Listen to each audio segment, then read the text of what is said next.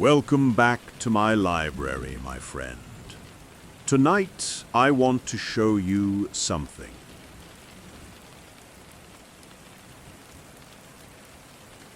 A gladiator's helmet, a Gallia. It is heavy, claustrophobic, and the visibility through these two small eye holes is almost non-existent. It was not designed for protection. It was designed to conceal, to turn a man into a symbol, something both less and at the same time much more than human.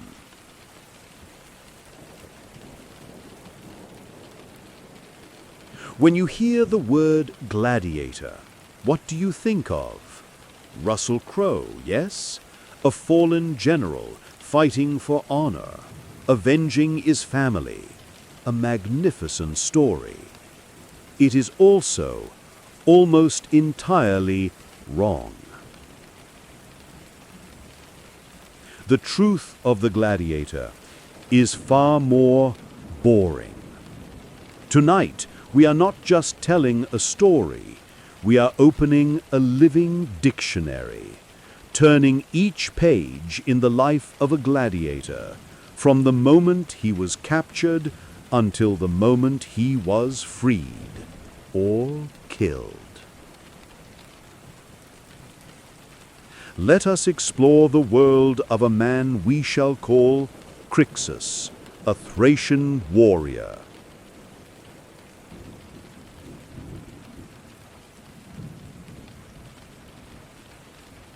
But before we follow Crixus, perhaps we should ask ourselves, why did gladiators even exist?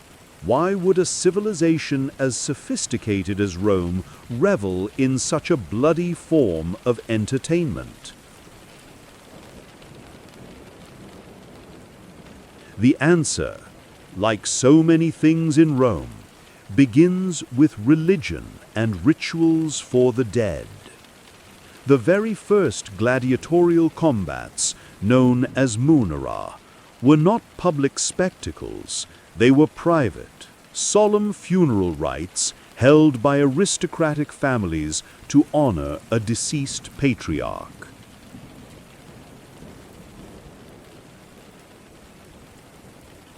The Romans, influenced by their Etruscan neighbors, believed that the spirits of the dead needed to be appeased by a tribute of blood.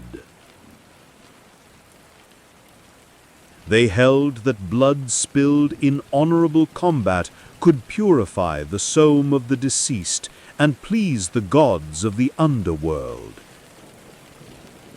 So, instead of sacrificing animals, they would force slaves or prisoners of war to fight to the death beside the tomb. It was a blood offering, an act of ultimate piety, a final gift to the departed. But then, something very Roman happened. The noble families began to realize that hosting a spectacular munus did not just honor the dead, it greatly enhanced the political prestige of the living. An ambitious politician could stage a grand gladiatorial game in memory of his father, and in doing so, demonstrate his wealth and generosity to the voting public. He could invite the entire neighborhood, provide free food and wine, and of course, when election time came, those citizens would remember his name. Gradually, the religious element faded, replaced by politics and entertainment. The games moved from private funerals to become enormous public events. Julius Caesar, a master of propaganda, staged a munus with 320 pairs of gladiators in honor of his deceased daughter, an event that stunned the entire city of Rome. Eventually, the emperors monopolized the games, turning them into an imperial tool for controlling the masses. Bread and circuses, you remember. The arena was the most important circus of all, a way to keep the population distracted from their real problems. And for the circus, you need performers. This brings us back to Crixus. There were three main roads that led a man like him to the Ludus, the gladiatorial school. The most common road, and the one Crixus walked, was that of a prisoner of war.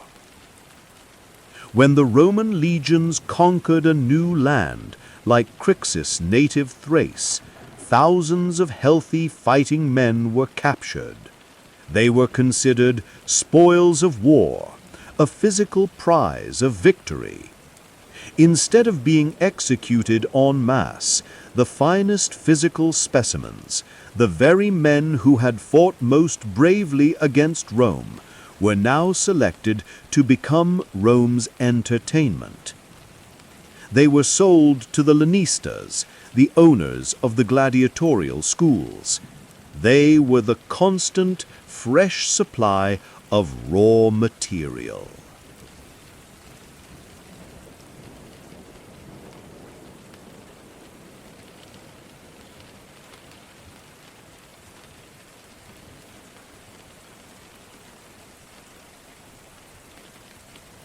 The second road was that of a condemned slave. Imagine a slave in a wealthy Roman household. Perhaps he stole a jug of wine, or was insolent to his master, or worse, attempted to escape. His punishment could be a sentence ad ludum, to the school. This was not a second chance. It was a deferred death sentence, a public punishment meant to terrify the thousands of other slaves in the city into submission.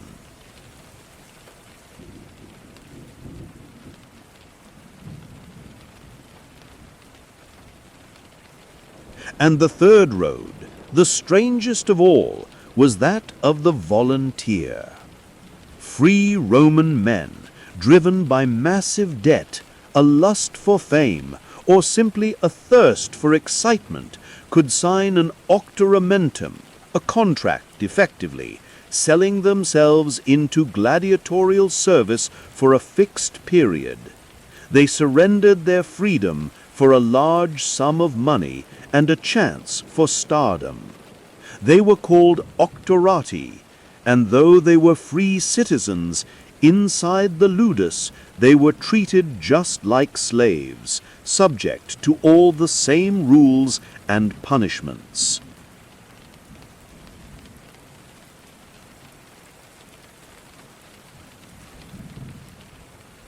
Crixus, a prisoner, was taken to a slave market. He was stripped naked, his teeth inspected like a horse's.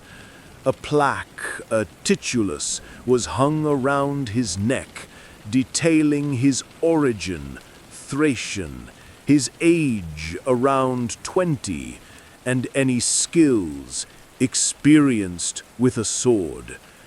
And then a Lanista noticed him. He did not look at Crixus's courage. He looked at his potential for profit.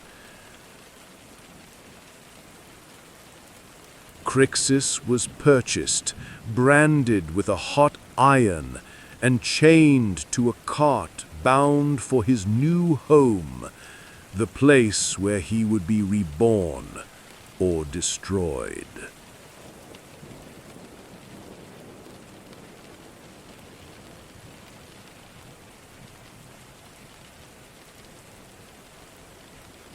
And so Crixus arrived at the Ludus. Try to picture this place. It is not a grand arena. It is a compound surrounded by high walls, like a fortress. Inside, a central sand-covered training yard, surrounded by rows of small cells, a kitchen, a smithy, and an infirmary. It was his prison, his school, and his home for the foreseeable future. Upon entering through the heavy iron gates, Crixus was likely surprised by the smell. He was used to the smell of the battlefield, of blood, sweat, and fear. But here there was something else. It was the scent of rubbing oils mixed with herbs, the sweat of men in training, and the smell of hot food coming from the kitchens. Gladiators, though slaves, were fed and given better medical care than the average poor citizen of Rome. Why? For a brutally simple reason. They were immensely valuable investments. A trained gladiator could be worth an entire farm. The lanista was not about to let his property die from disease or malnutrition. Crixus was brought to a medicus. This was not an ordinary doctor. He was a specialist in sports medicine, an expert on muscles, bones, and nutrition, much like the team doctors of modern athletes. He examined every old wound on Crixus's body, assessing his strength and stamina. He then designed a specific diet and training regimen. That diet, the sagina, is one of the great secrets of the gladiator world. It was the absolute opposite of what we might expect. No high-protein meals to build lean muscle. Instead, it consisted mainly of barley, beans, and porridge, a high-carbohydrate diet. Its purpose was not to create sculpted physiques, but to build a thick layer of subcutaneous fat. This fat, you see, acted as a natural cushion. A non-lethal sword slash would cut through the fat, creating a bloody, dramatic-looking wound that thrilled the crowd, but without damaging the vital organs or important muscles beneath. The lanistae were clever businessmen. They were protecting their investment. For this diet, gladiators were often nicknamed hordarii, the Barley Men, a name that was both a sarcastic jibe and a literal truth. After the medical examination came the classification. This was an art form. A good match was not a fair fight. It was an interesting clash of styles, like a living game of chess. There were dozens of different types of gladiators, each with unique weapons, armor, and a backstory. For example, there was the retiarius, with no helmet and no shield, armed only with a trident and a net. He was the embodiment of the sea, of speed and cleverness. He was usually pitted against the secutor, a heavily armed fighter whose smooth, featureless helmet was designed specifically to prevent the net from snagging. It was the fisherman versus the fish. Or there was the mirmillo, equipped like a legionary, with a large rectangular shield and a straight gladius. He was the symbol of Rome's methodical power. Crixus, given his physique, was classed as a thrax, forced to fight in the style of his homeland, a cruel irony. He would be equipped with a small square shield, a parmula, and a short, curved sword, the deadly Sika, designed to hook around an opponent's shield. He was the symbol of the wild, unpredictable barbarian. The training was overseen by doctores, often freed gladiators themselves. They were the only ones who truly understood the fear and the harshness of this life. They taught Crixus how to use his weapons, but more importantly, they taught him how to survive. This was not just combat training, it was performance training. They learned how to move dramatically, how to take a wound without collapsing, how to make the fight look exciting. And most chillingly, they were taught how to die beautifully. A quick, cowardly death would earn the boos of the crowd. A courageous death, bravely accepting the final blow, would earn respect. Every day, Crixus trained on the wooden stake, the polis, swinging a wooden practice sword that was twice the weight of a real one, thousands of times. He had to learn to move in the claustrophobic helmet, to see the world through two tiny eye holes. He had to learn to breathe, how to conserve his energy, how to read his opponent's every twitch. And he had to learn to accept that his life no longer belonged to him. It belonged to the lanista, to the crowd, and to the sands of the arena.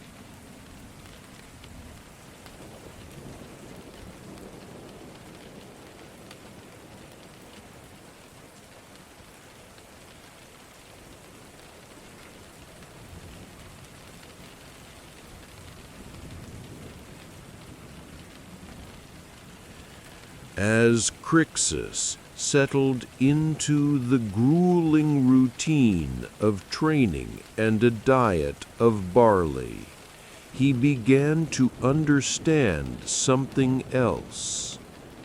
The Ludus was not just a prison or a gym. It was a micro-society with its own hierarchy and its own set of rules. Rules that were, in many ways, stricter than the Roman laws outside its walls.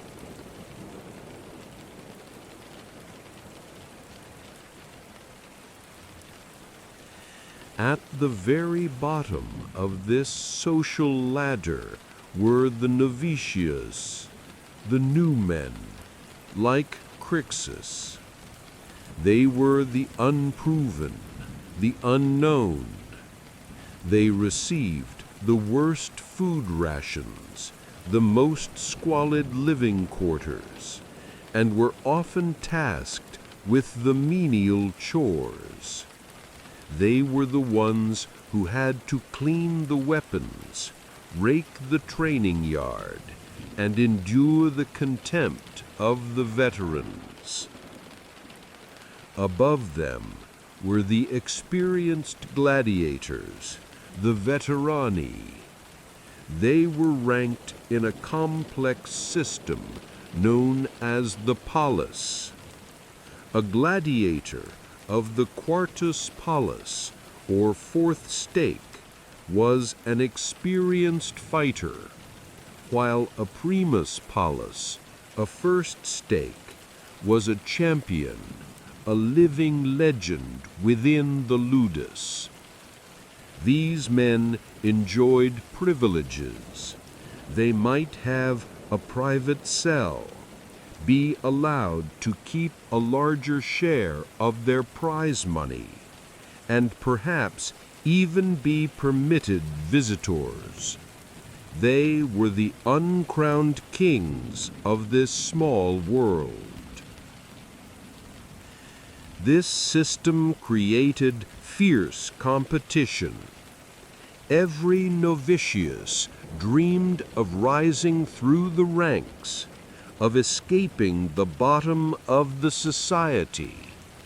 But at the same time, it forged a strange and powerful camaraderie.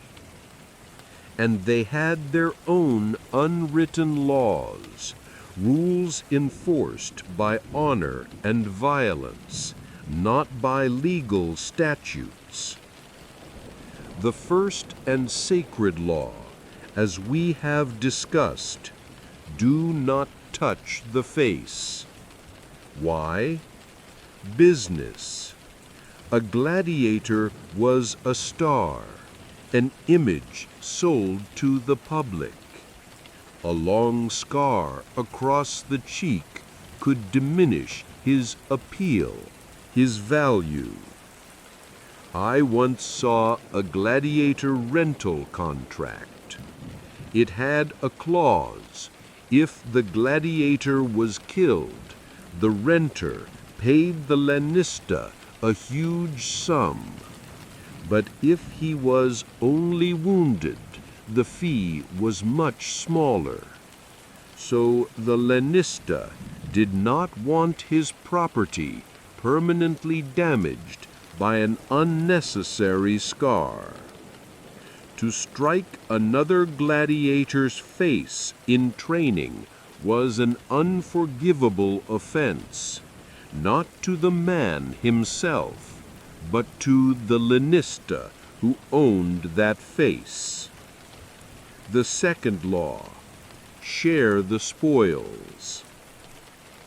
When a gladiator won and received prize money or gifts from wealthy admirers, he was expected to share a portion with his training partners, especially those who helped him prepare for that specific fight.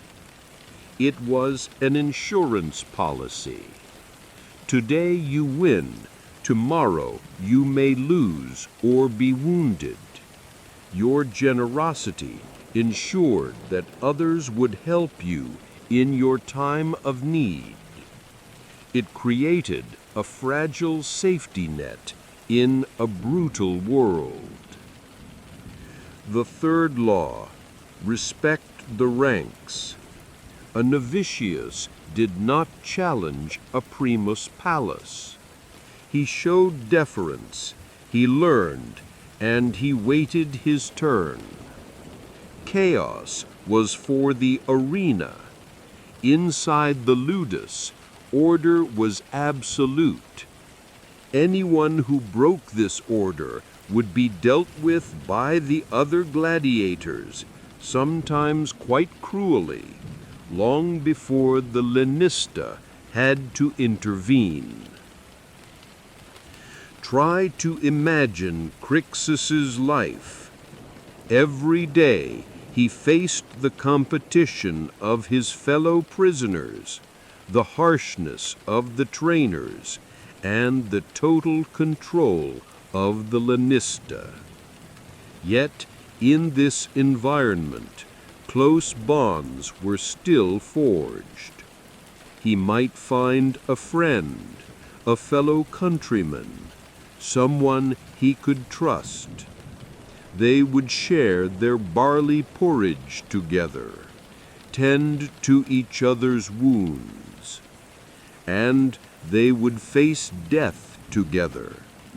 That is why they formed unions or collegia.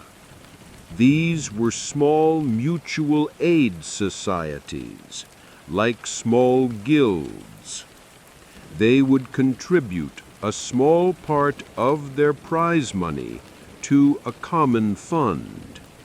This fund wasn't just for extra wine or better food. Its primary purpose was to ensure that if a man died, he would receive a proper burial. To a Roman, to be left unburied was a terrible fate, for the soul to wander forever. The tombstone was the final proof of a man's existence. It would be inscribed with the gladiator's name, his origin, his type, and most importantly, his record. For example, fought 15, won 12. It was a small, moving attempt to retain a sliver of dignity, to prove that they had lived and fought and been someone.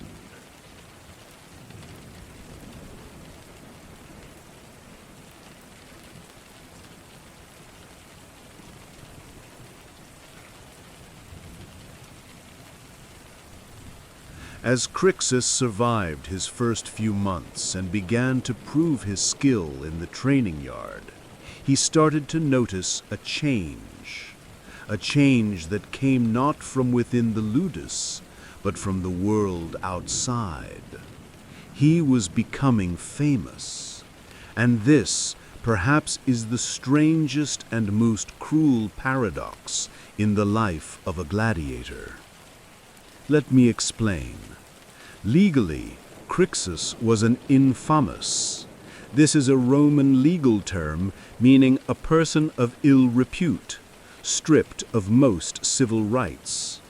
He was classed alongside prostitutes, actors, and pimps.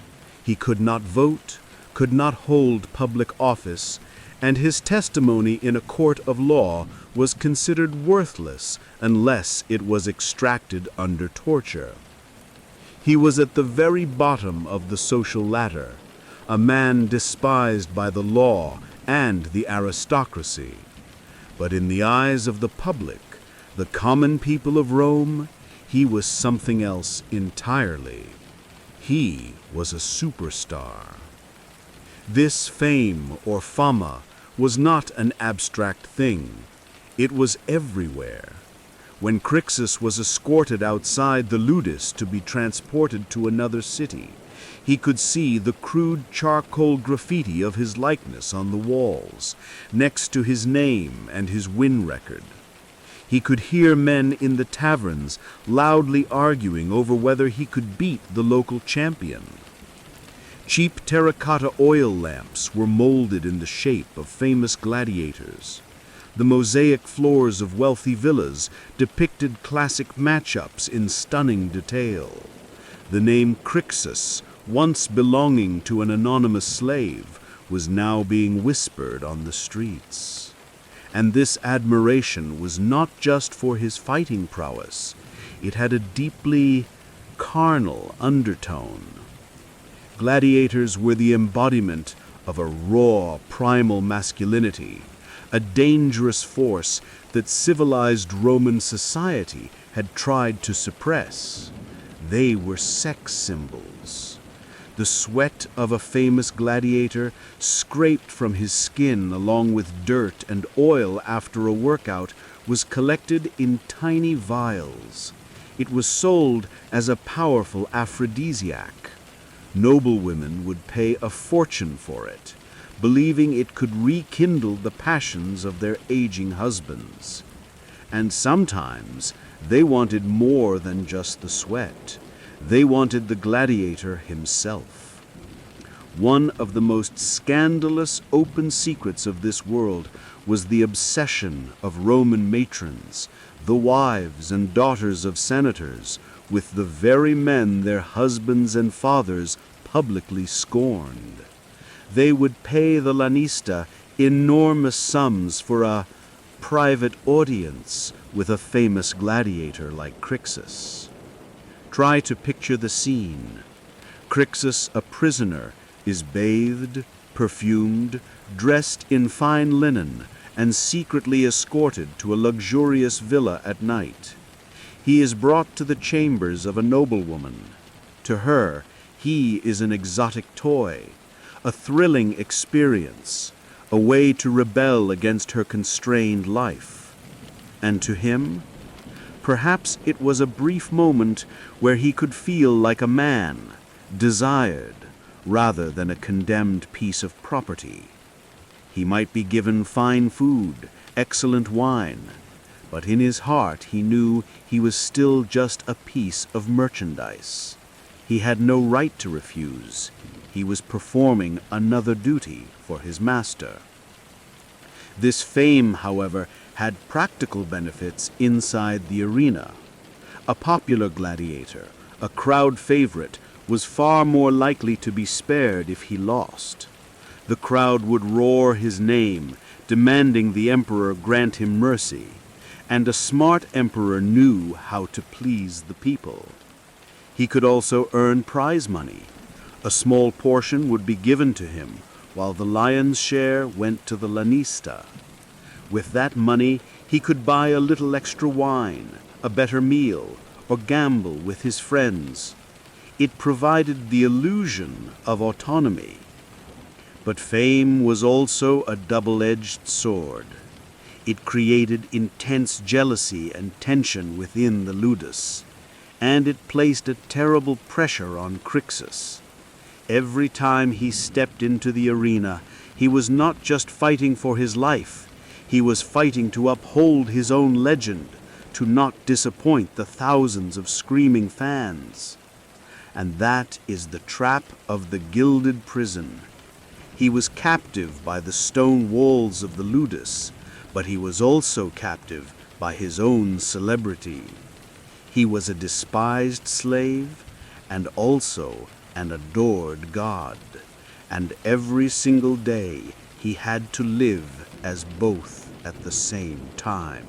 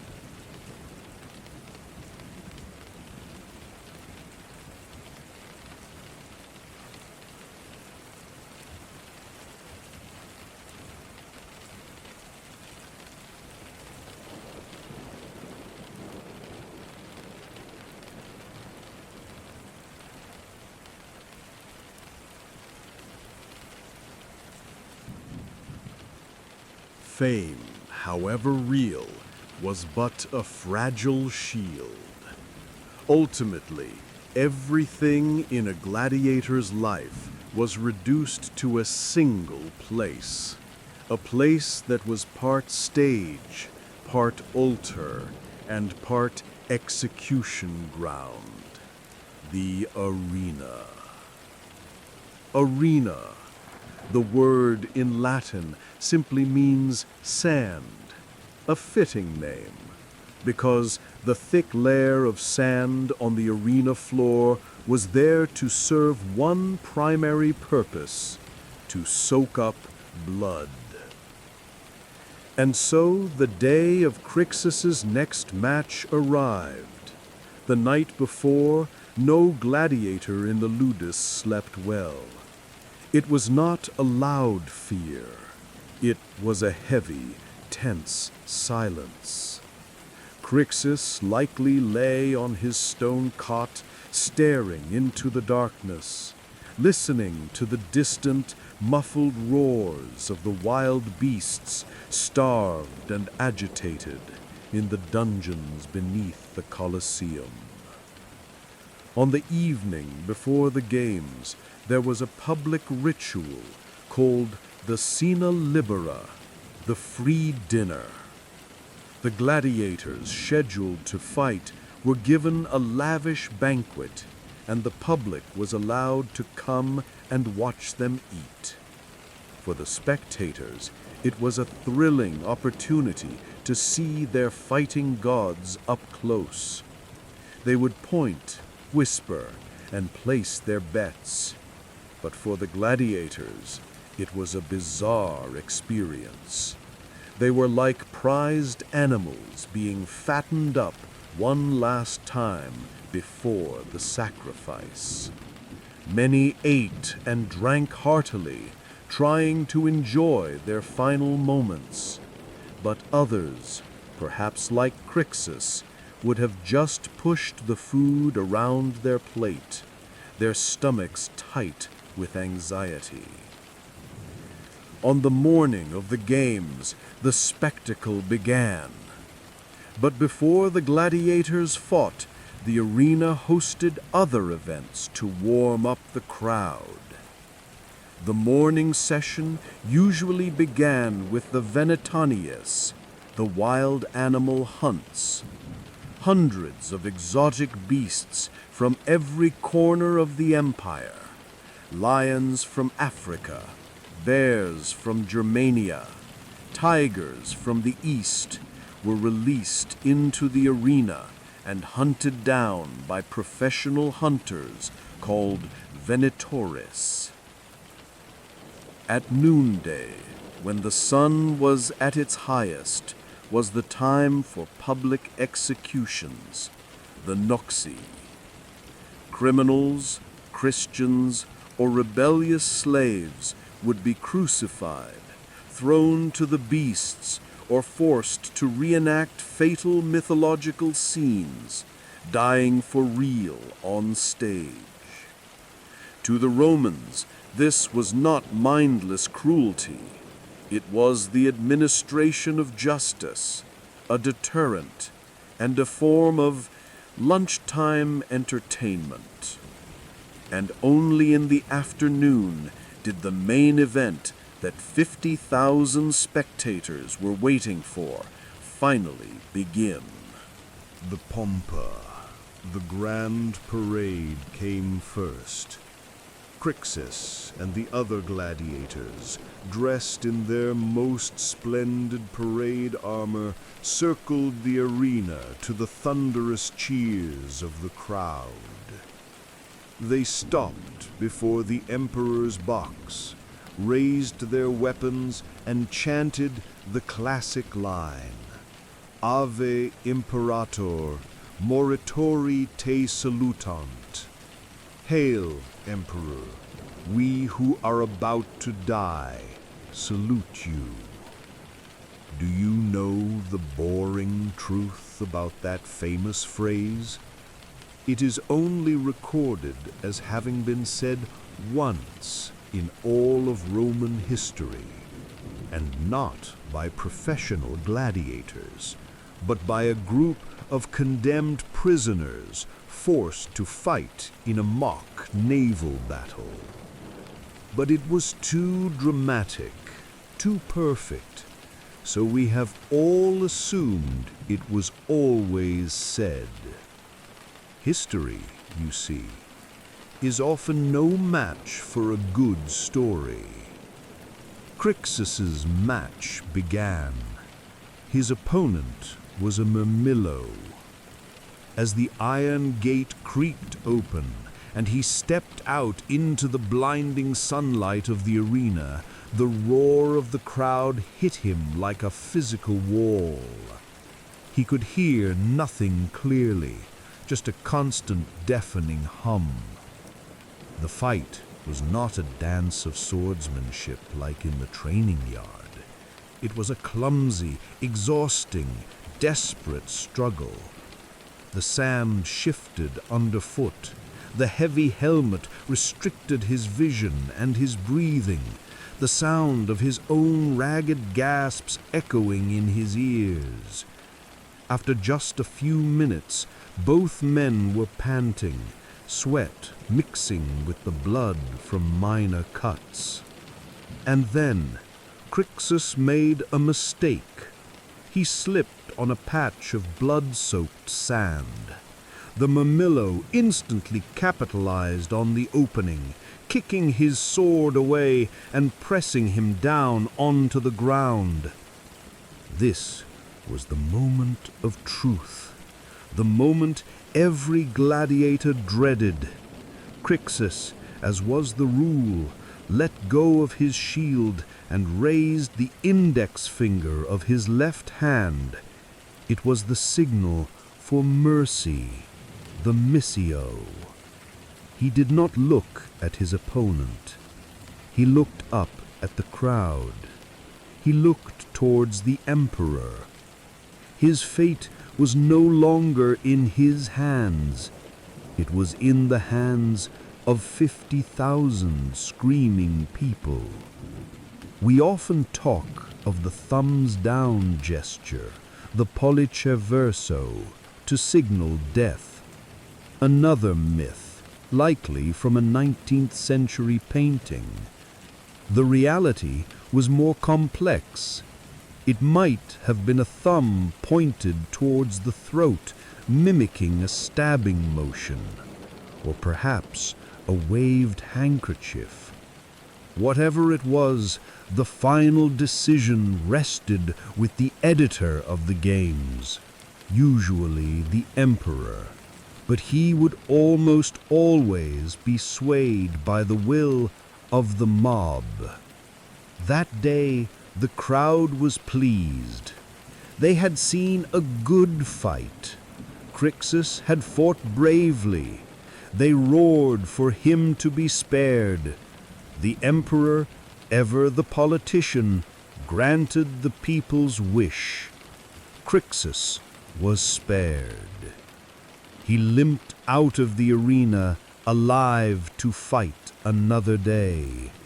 But his friend, in the match before his, had not been so lucky. He had been killed.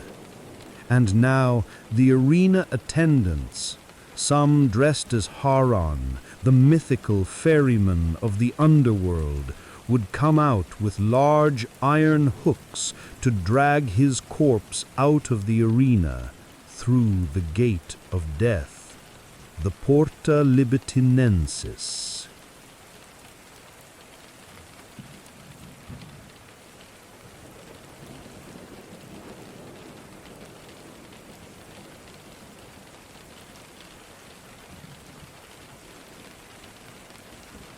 So Crixus survived.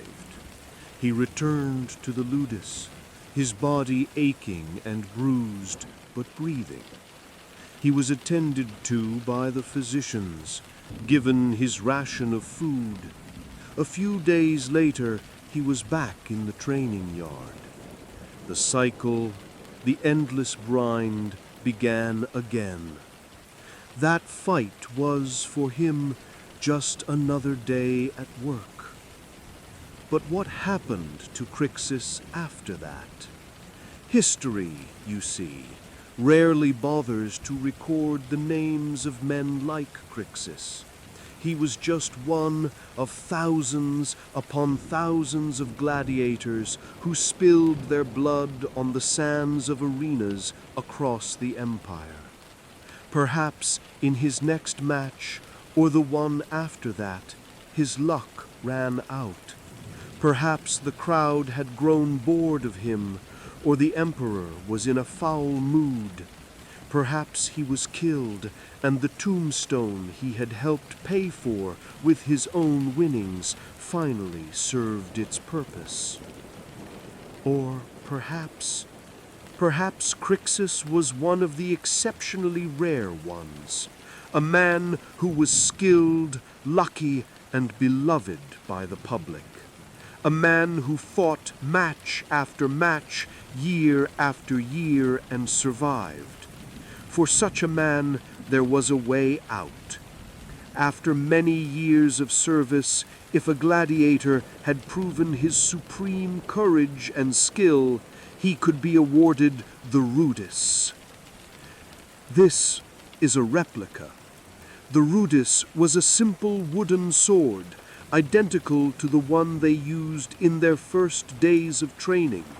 But this sword carried an entirely different meaning. To be awarded the Ludus was a grand public ceremony held in the arena before thousands of spectators. It was the symbol of freedom. A gladiator who received the Ludus was released from his oath. He was no longer a slave. He was a free man. But was freedom truly freedom? This, perhaps, is the final and most tragic secret of a gladiator's life. Many gladiators, after being freed, returned to the Ludus to work as trainers, as doctores. Some even volunteered to fight in the arena again. Why? Why would a man who had escaped hell voluntarily walk back through its gates? It is a psychological tragedy, one that we in our modern world can perhaps understand. Imagine you have lived for 10, 15 years in an environment where every aspect of your life is decided for you. Your life is dangerous, but it is brutally simple. You are told what to eat, when to sleep, whom to fight. Every major decision is made by someone else. And then, suddenly, you are thrown out into the real world, a world that demands you make your own choices. You have no skills other than fighting. You do not know how to be a carpenter, or a farmer, or a merchant. Your entire life has been dedicated to a single, violent purpose, and now that purpose is gone. And society, which once adored you, now shuns you. You are forever branded by the past of an infamous, a former slave, a man who entertained through violence. The noble women who once paid to sleep with you would never invite you to their home for dinner.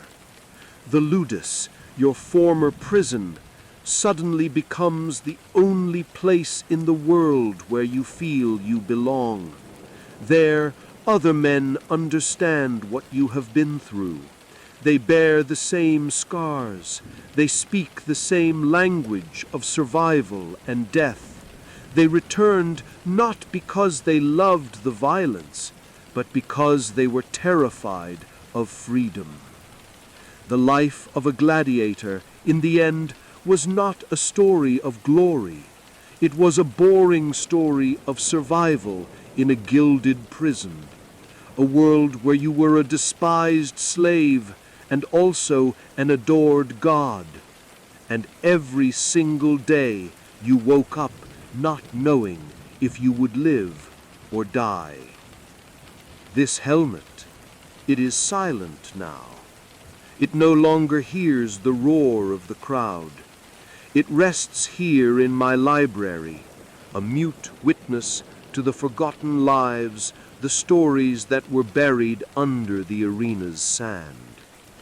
Now, let the sounds of the arena fade away. No more clash of swords, no more cheers, only the stillness, the peace that men like Crixus perhaps only found in sleep or in death. Let that stillness surround you. Sleep well.